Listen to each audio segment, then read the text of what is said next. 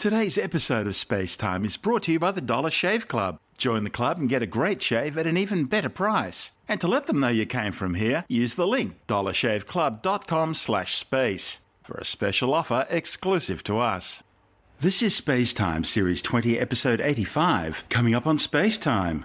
The first confirmed interstellar visitor to our solar system, Asteroid Itokawa's violent past, and the missing link in science's understanding of planetary formation. All that and more coming up on SpaceTime. Welcome to SpaceTime with Stuart Gary.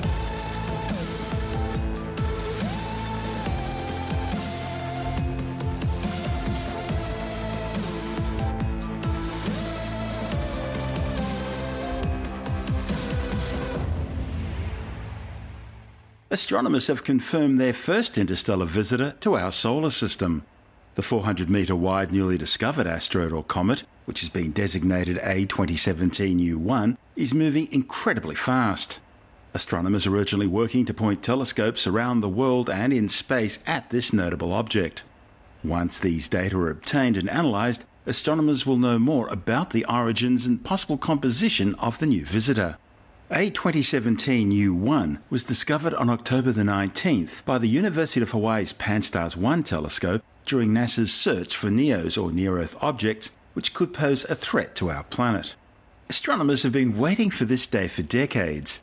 They've long theorized that such objects exist, that is, asteroids or comets moving around between the stars in interstellar space and occasionally passing through the solar system. But this is the first such detection. Dr. Rob Work from the University of Hawaii's Institute for Astronomy was the first to identify the object and submit it to the Minor Planets Center.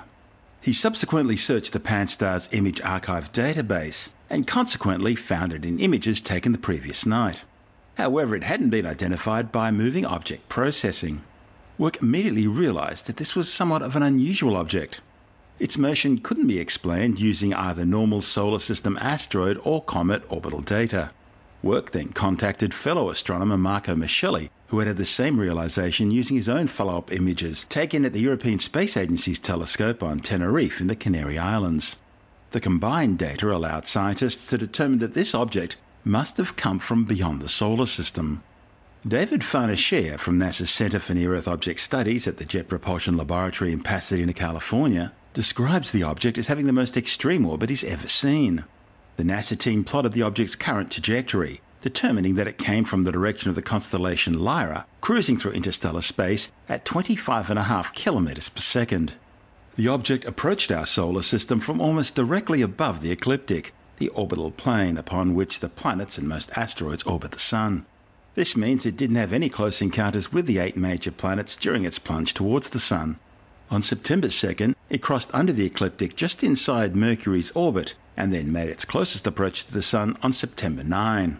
Pulled by the Sun's gravity, the object made a hairpin turn under our solar system, passing the Earth's orbit on October 14 at a distance of about 24 million kilometres. That's about 60 times the distance between the Earth and Moon. Its trajectory and speed mean it's now on its way out of the solar system, and it won't be coming back. It's now shot back up past the plane of the planets, and is travelling at some 44 kilometres per second with respect to the Sun, speeding towards the constellation Pegasus. Astronomers have long suspected that these objects should exist because during the process of planetary formation, a lot of material should be ejected from planetary systems. What's most surprising is that astronomers have never seen interstellar objects pass through the solar system before. That's of course assuming that all long-duration comets from the Oort cloud had indeed originated within our solar system. Matt Holman is the director of the Minor Planets Center in Cambridge, Massachusetts. That's where all observations of small bodies in our solar system, and now I guess just those passing through as well, are collected.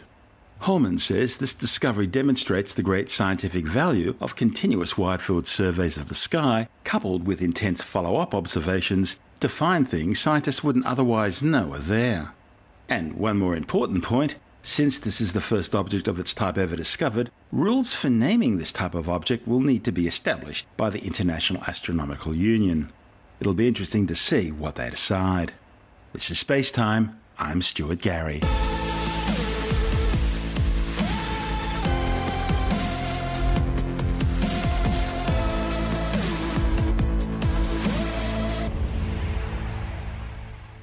Samples brought back to Earth from the asteroid Itokawa indicate the 500-metre wide space rock has had a violent history. The samples were collected by Japan's Hayabusa spacecraft in 2005. The findings are based on 2 tiny grains of asteroidal samples studied by scientists from Perth's Curtin University. Hayabusa was launched on May 9, 2003, rendezvousing with the asteroid Itokawa in mid-September 2005. The mission studied the asteroid's shape, its rotation, its topography, colour, composition, density, and its evolution. In November 2005, Hayabusa touched down on the asteroid's surface, collecting tiny samples of asteroidal material which were then returned to Earth. The sample collection method didn't go quite as well as expected. Still, some 1,500 asteroid dust particles, most smaller than the diameter of a human hair, were successfully collected. The sample return capsule returned to Earth on July 13, 2010, parachuting down into the Woomera rocket range in outback South Australia. The study's lead author, Curtin University Associate Professor Fred Jordan, says the close-up images of Itokawa taken by Hayabusa shows that the peanut-shaped asteroid resembles a rubble pile of boulders and dust more than solid rock. It's thought Itokawa was part of a much larger asteroid that was destroyed by a collision with another asteroid. The chipped-off remnants then recombined into a gravitationally bound rubble pile. Jordan and colleagues used argon-argon dating to investigate when impact events happened on Itokawa, offering a glimpse into the asteroid's impact history. The extremely small size of the grain samples provided scientists with significant challenges. The authors used Curtin University's noble gas mass spectrometer, which was specially customised for extraterrestrial samples. This allowed them to measure and analyse tiny amounts of gas from the 2 available fragments of Itokawa. They found one particle appeared to be about 4.6 billion years old, the same age as most chondrite asteroid samples, as well as the solar system itself. The other particle was more interesting. It was impact shocked, indicating a major collision about 2.4 billion years ago, which had chipped Itokawa off a larger parent body. According to these results in a series of models, Jordan and colleagues believe asteroids don't always break up due to a single cataclysmic impact. Instead, they can internally fragment and fracture due to medium-sized collisions that are constantly battering large asteroids until eventually they finally shatter from impact. The results tell researchers that Itokawa was already broken and had reassembled into a rubble pile about 2.4 billion years ago, a finding that shows that rubble pile asteroids can survive much longer in this state than previously thought. Jordan says that will be due to their cushion-like nature, caused by the abundance of dust between the boulders which make up the asteroid. He says the research has resulted in some fascinating conclusions. Back in 2013, if I remember correctly, we put a proposal and we were granted 2 particles. Now that was great because the technique that we're going to use on them, when we put the proposal, we said we're going to destroy those particles. So the people over there were like, okay, yeah, well, let's have a try. What we're doing is we're dating the particles. We give them an age. That's what we were interested in. So why we care about their age? Because people have figured out that Itokawa is not a primary asteroid. It's a rubble pile. So it comes from the destruction of previously much bigger asteroids. So people think more than 20 kilometers or something like that. So we wanted to know when this mega impact that caused the destruction happened. So we get those tall particles and we put them in a machine called SEM, so secondary backscatter electron. And the imaging we got out of them was really interesting because they showed that the particle, at least one of them, was completely deformed, so has been shocked by an asteroid, if you want. But the other one was completely unshocked. So each time you analyze a particle, it gives a different story, and that's very important. So you just can't mix particles together. You get to study each of them independently. So analytically speaking, it's very challenging for the machine we have because those particles are smaller than the width of a human hair. They are about like 100 micron, and I think the smaller we got was 60 micron. That is really, really challenging. So we had in 2012 a new instrument, a noble gas machine that could measure the argon-argon age of samples, but much better than before. So we said, let's give it a crack. Let's see if those particles, we can measure their age. And in fact, it worked. So we got 2 different information. The particle that was not shocked was about the same age as the normal chondrite, 4.5 billion or something like that. So it tells us nothing happened to it. The other one, the one that I was shocked, that was interesting because we got an age age of 2.3 billion years, much younger, and nothing associated with the primary state of the asteroid. So what we think is recorded, it's an impact. Now you're going to tell me, oh, okay, that's the impact that breaks apart the asteroid. No, we don't know that. We can't be sure. But what we know is that the particle must have been at the surface to record this impact. So if you want, Itokawa was already formed at this age because it must be close to the surface. We did a series of modeling based on diffusion of argon in a grain and based on porosity, and it really tells us, look, Itokawa at this age was already formed. So what we obtain is an age for a minimum age for the formation of Itokawa. So 2.3 or older. That's what we got out of it. And how do you carry out such an argon-argon test? What are the processes involved? Now, a lot of people, the way they carry the analysis is the particle is embedded in epoxy. So that's easy. You just handle the epoxy plug. It's big. You can carry it in your hand, no problem. But what we had to do was to extract the particle from those epoxy plug and put them in an irradiation disk. We send the material to be irradiated in the core of a nuclear reactor. And when it comes back, we can analyze it with laser, and we degas the particle with the laser. We heat it up, if you want, and we measure the gas inside the particle. But that was extremely challenging and nerve-breaking, as you can imagine, because, you know, the JAXA trusts you with the only particle ever brought back from an asteroid, and you can't really screw up, right? So you get to handle those tiny particles with tiny needles and put them in the disk. And so we were three in my lab, and we carried some tests on some dummy particle, if you want. So to see we had the steadier end and who can do it. So there was me and two of my technicians. So two guys, us, we tried. We made a mess out of the dummy stuff. And my technician, she's a very nice lady, and she was doing such a fine job. In fact, obviously, she's an artist. She's painting and stuff like that. The precision she did, the stuff that was like, hey, you know what? You're going to do it. So, yep, she did it. And obviously, she didn't lose any of the particles. That was almost art, yeah, because that's really, really art. Working with really tiny samples could well be the way to go in the future. Micrometeorite samples from roof gutters. These are micrometeorites that are constantly falling down onto the Earth all the time, and they just land in the roof gutters, and you can collect them from there. You don't even know they're micrometeorites, it's just dust, but when you study them, you realize they're micrometeorites, and you can find out all sorts of things from them. I think it is, because like I said, for this asteroid, every single grain tells a different story. So if you go there, you just sample a rock, like a piece of rock. Okay, so you're going to learn the story of these rocks. But the grain, they come from all around the asteroid, if you want. It's detrital grain. So if you analyze 100 of them, you get a much broader spec of the history of the asteroid rather than just a single chunk of rock. So I think for the future mission, that's something I'm going to look for, right? Rather than rocks, I'm interested by the small grains. I think they have so much to say about the history of the asteroid. So we did 2, and now we're doing 4 more. At the moment, we're analyzing them for imaging and stuff. And they look different again, some different stuff. So, yeah, really excited about what's going to come out of that. And Japan have another mission to another asteroid on the way too. Yeah, you bet. I have my eyes on that, and I'm working closely now with people in Japan. So nothing official, but I'm really hoping that I'm going to be on board for the first batch of samples that's going to come back, because we really proved that the instrument we have, the people we have, we can really deliver some really solid data. So, yeah, I have my eyes on that, definitely. It must be interesting working at Curtin University. You have some of the oldest rocks in the world there. Yeah, coming from Jack Hills. Yes. The Yigalaka. Yeah. So people, what they've done is they analyzed the zircon, and turns out they are 4.4 billion years old, almost as old as the planet itself. So that's a sort of, a mini museum we have at the university. When people visit, we show that, obviously. The only other places like that, there's one in South Africa, and I think there's one in Hudson Bay in Canada, in Quebec. You're just as old. Yeah, but we still have the oldest. So all around the world, scientists come here, and they just want to study this one, because that's the oldest zircon. That's it. So other old rock elsewhere, but we get the oldest. We get the monopole still. That's Associate Professor Fred Jordan from Curtin University. I'm Stuart Gary. You're listening to SpaceTime.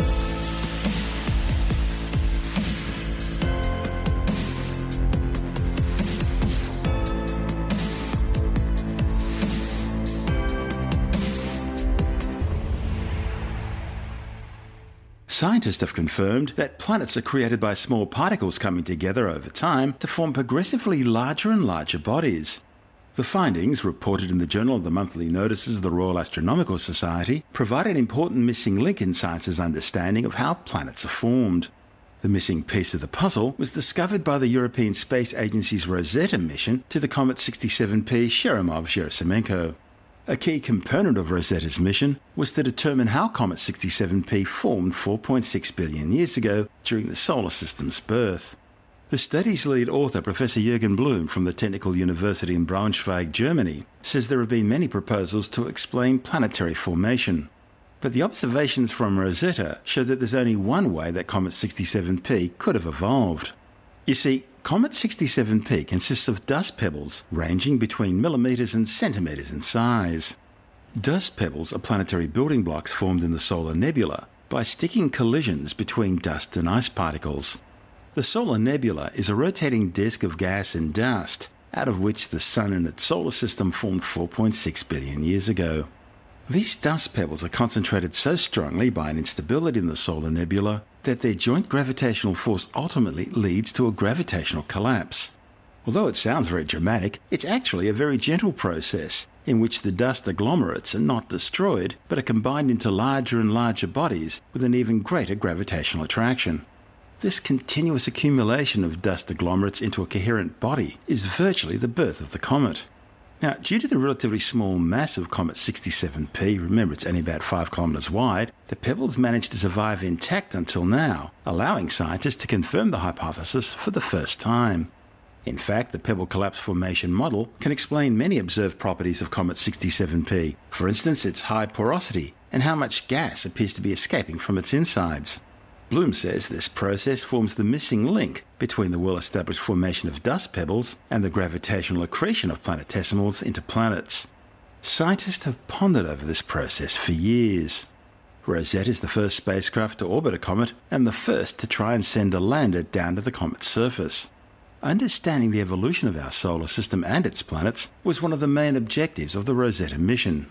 Blum says this confirmation means that all phases of the planetary formation model have now been established. You're listening to SpaceTime. I'm Stuart Gary. Okay, let's take a break from the show now and bring a few words from today's sponsor. Hey guys, I've got the answer to make your life so much easier. Since joining DollarShaveClub.com, I don't need to choose between price and quality to get an amazing shave. In fact, DollarShaveClub.com is a no-brainer for an incredible shave delivered right to your door.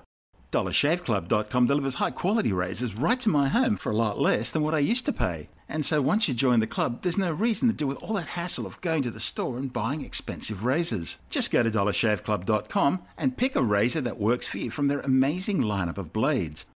And when I use it with Dr. Carver's shave butter, the blade just gently glides for the smoothest shave imaginable. So here's your chance to see why over 3 million members just like me love Dollar Shave Club. Right now, get your first month of the club for as little as $5, and after that, it's just a few bucks a month. And you know what? Dollar Shave Club is so confident of the quality and value of all their products, there are no long-term commitments or any hidden fees, so there's absolutely no reason not to join and try it out. Get yours at dollarshaveclub.com/space. That way, they'll know you came from us, and you'll get a special introductory offer. That's dollarshaveclub.com/space. And now, it's back to our show.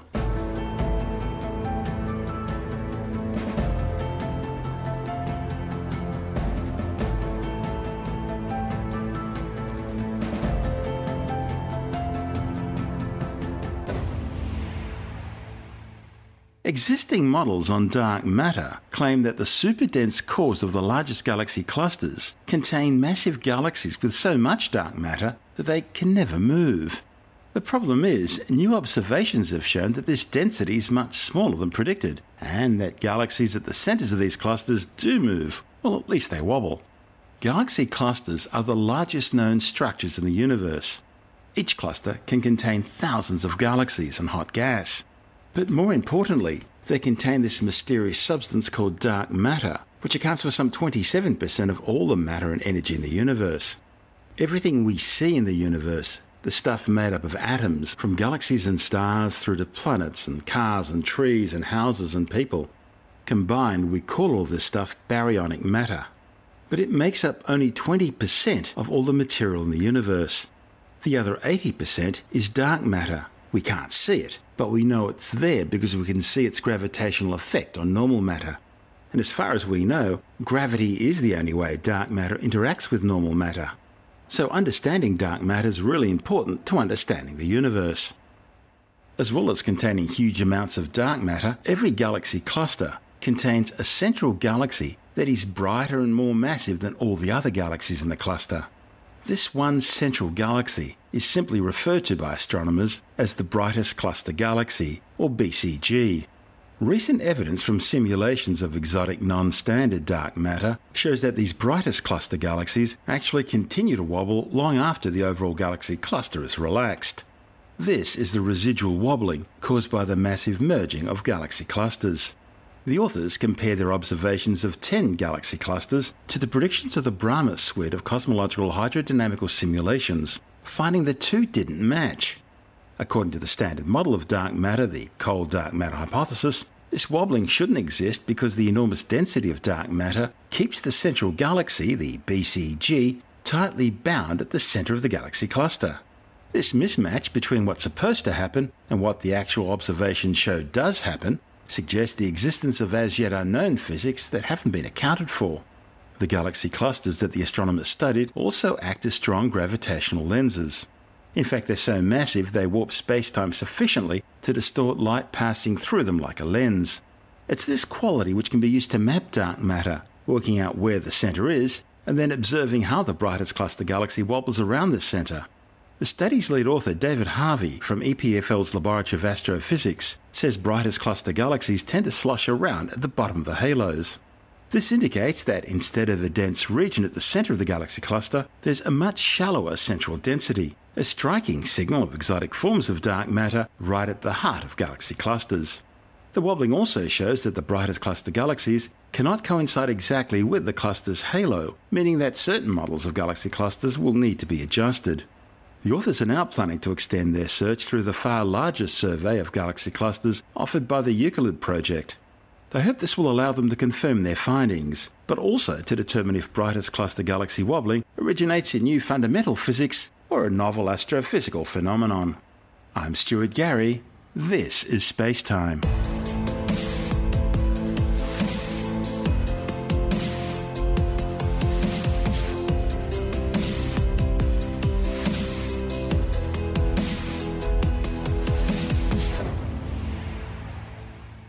Scientists have discovered the last major eruption of the Yellowstone supervolcano was a double-header event with two massive explosions spaced just 170 years apart.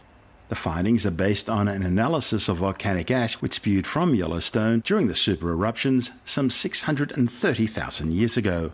It was these eruptions which formed the vast Yellowstone caldera seen today. The two layers of volcanic ash bearing the unique chemical fingerprint of Yellowstone's most recent supereruption were found in seafloor sediments in the Santa Barbara Basin off the coast of Southern California. These layers of ash, or tephra, are sandwiched among sediments that contain a remarkably detailed record of ocean and climate change. Together, the ash and sediments revealed that the last eruption was not a single event. Instead, it was two closely spaced eruptions, which collectively tapped the brakes on a natural global warming trend that would eventually lead the planet out of a major ice age. University of California Santa Barbara geologist Jim Kennett and colleagues discovered the separate ash sedimentary signatures. Kennett told the annual meeting of the Geological Society of America held in Seattle that the two separate super eruptions just 170 years apart each cooled the ocean by about 3 degrees Celsius. Achieving the degree of resolution needed to detect the separate eruptions and their climate effects required several special conditions which were found in the Santa Barbara Basin. One is a steady supply of sediment into the basin from land, about 1 millimetre per year. Then there's the highly productive seas in the area, fed by upwelling nutrients from the deep ocean. This produced abundant tiny shells of foraminifera, which then sank to the seafloor where they were buried and preserved in the sediment. These shells contain temperature-dependent oxygen isotopes which reveal the sea surface temperatures in which they lived. Finally, oxygen levels on the seafloor of the basin are sufficiently low so as to discourage burrowing marine animals which would have mixed the sediments and degraded details of the climate record. It was this combination of events which allowed Kennett and colleagues to resolve the climate with decadal resolution. By comparing the volcanic ash record with the foraminifera climate record, it became clear that both these eruptions caused separate volcanic winters, during which the ash and volcanic sulfur dioxide emissions reduced the amount of sunlight reaching the Earth's surface, causing a temporary cooling. These cooling events occurred at an especially sensitive time for planet Earth, a time when the global climate was warming out of an ice age and was therefore easily disrupted by such events. Kennett and colleagues discovered that the onset of the global cooling events was abrupt, and they coincided precisely with the timing of the supervolcanic eruptions. However, Kennett also found that each of these super-eruption cooling events lasted longer than what it should have, according to basic climate models.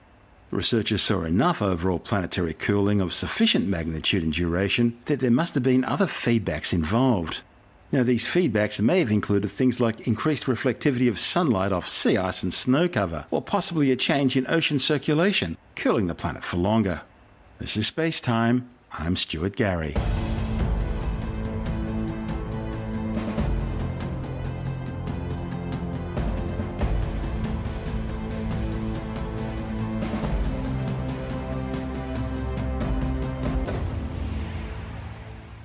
And time now to take a brief look at some of the other stories making news in science this week with the Science Report. New findings indicate European drought trends are lining up with climate change projections. The study, published in Scientific Reports, shows that two major drought indices are deviating from one another across Europe in a manner consistent with climate change simulations. The findings are another indication of the worsening impact of human-induced climate change caused by man's use of fossil fuels. Scientists say the only question now is exactly how much worse the impacts of climate change are going to get. The spatial patterns observed in the study match climate change projections for Europe that suggest decreases in drought frequency in the north and increased drought in the south. As temperatures increase across Europe, evapotranspiration, meaning what's leaving the ground and going back into the atmosphere, increases. Once you include evapotranspiration, the border from where it's getting wetter to where it's getting drier is pushing further and further north. And that means it's not just the Mediterranean that's getting drier. It's now pushing up into Germany and England. Many drought monitoring agencies use the indices to determine what constitutes drought, and insurance pilot programs are now beginning to consider using them to determine whether or not farmers are entitled to compensation if a drought affects their region. Paleontologists have discovered evidence of a huge carnivorous dinosaur that roamed southern Africa some 200 million years ago. What the scientists found was several three-toed footprints measuring some 57 centimetres long and some 50 centimetres wide. Now, this means that the dinosaur which made them would have had an estimated body length of around 9 metres, that's 30 feet in old money, and it would have been around 3 metres high at the hip. Put that in perspective, that's about 4 times the size of an African lion, which is the largest carnivore in southern Africa today. The footprints belong to a new species named Caeantapus ambrocolohali, which belonged to a megatheropod group of giant two-legged carnivorous dinosaurs. The findings, reported in the journal PLOS ONE, also reveal that these footprints make up the largest theropod tracks in Africa. The tracks were found in Lesotho on an ancient land surface covered in 200-million-year-old current ripple marks and desiccation cracks, which are signs of a prehistoric watering hole or riverbank. What makes this discovery even more important is that these footprints all date back to the early Jurassic epoch, when it was thought the size of most theropod dinosaurs was considerably smaller. In fact, it was only much later in the Jurassic and, of course, during the Cretaceous period, starting around 145 million years ago, when truly large theropod dinosaurs, such as the iconic 12-metre-long Tyrannosaurus rex, began to appear in the fossil record. A major international study has pinpointed over 100 genetic risk factors that explain why some people suffer from asthma, hay fever, and eczema. The findings, reported in the journal Nature Genetics, represents the first study specifically designed to find genetic risk factors that are shared among the 3 most common allergic conditions. To reach their findings, researchers analysed the genomes of 360,838 people. From this, they were able to pinpoint 136 separate positions in the human genome that are risk factors for developing asthma, hay fever, and eczema. A new study warns that women who are underweight from any point in their teens onwards are some 30% more likely to experience early menopause compared to lean or normal weight women. The findings, reported in the journal Nature Reproduction, are based on a study of nearly 80,000 women. Early menopause is defined as naturally occurring menopause before the age of 45. It's been linked to a higher chance of other health conditions. The authors found that the number of women experiencing early menopause increased significantly as body mass index dropped below normal weight. Scientists have developed a small flexible patch capable of collecting and analysing sweat straight from the skin. The patch, developed by scientists at Northwestern University, can measure the levels of chemical in the body, including chloride, glucose and lactate. The soft skin-like device is comfortable to wear and doesn't cause irritation or lose adhesion. As soon as you start to sweat, the fluid moves into tiny channels and compartments in the patch where it interacts with different chemicals to change colour depending on what's in the sweat. Then the patch connects to your smartphone and an app tells you what the colours mean. Apart from the fitness industry, the patch could also be useful for screening diseases like cystic fibrosis. Researchers are hoping to release the device, initially for sports, within the next year or two. And finally for now, a new study has confirmed that fish really do have feelings. The findings, published in the journal Scientific Reports, shows that fish have emotional states triggered by the way they perceive environmental stimuli. An emotional state is more than just a feeling. It's characterized by behavioral, psychologic, neurologic, and genetic changes. Therefore, it's possible to run tests to infer if a response to a certain stimulus is associated with an emotional state. The tests were conducted with sea bream after the fish were first trained under favourable or adverse conditions which could trigger an emotional state.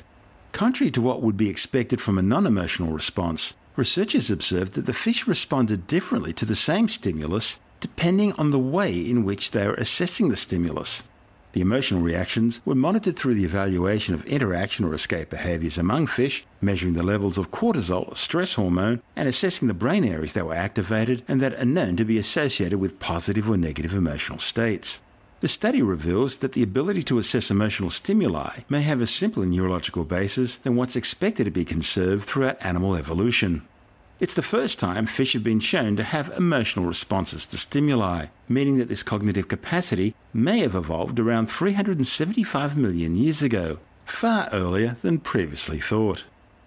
You're listening to SpaceTime. I'm Stuart Gary, and that's the show for now. You can subscribe and download SpaceTime as a free twice-weekly podcast through Apple Podcast iTunes, Stitcher, Bytes.com, Pocket Casts, SoundCloud, YouTube, Audio Boom, from spacetimewithstuartgary.com, or from your favourite podcast download provider. SpaceTime's also broadcast coast to coast across the United States on Science 360 Radio by the National Science Foundation in Washington, D.C., around the world on TuneIn Radio, and as part of Virgin Australia's in-flight entertainment. If you want more SpaceTime, check out our blog where you'll find all the stuff we couldn't fit in the show, as well as loads of images, news stories, videos, and things on the web I find interesting or amusing. Just go to spacetimewithstuartgary.tumblr.com. That's all one word and in lowercase, and that's Tumblr without the E. You can also follow us on Twitter through @StuartGary, at SpaceTime with Stuart Gary on Instagram, and on Facebook, just go to www.facebook.com/SpaceTime with Stuart Gary. SpaceTime is brought to you in collaboration with Australian Sky and Telescope magazine, your window on the universe. You've been listening to SpaceTime with Stuart Gary.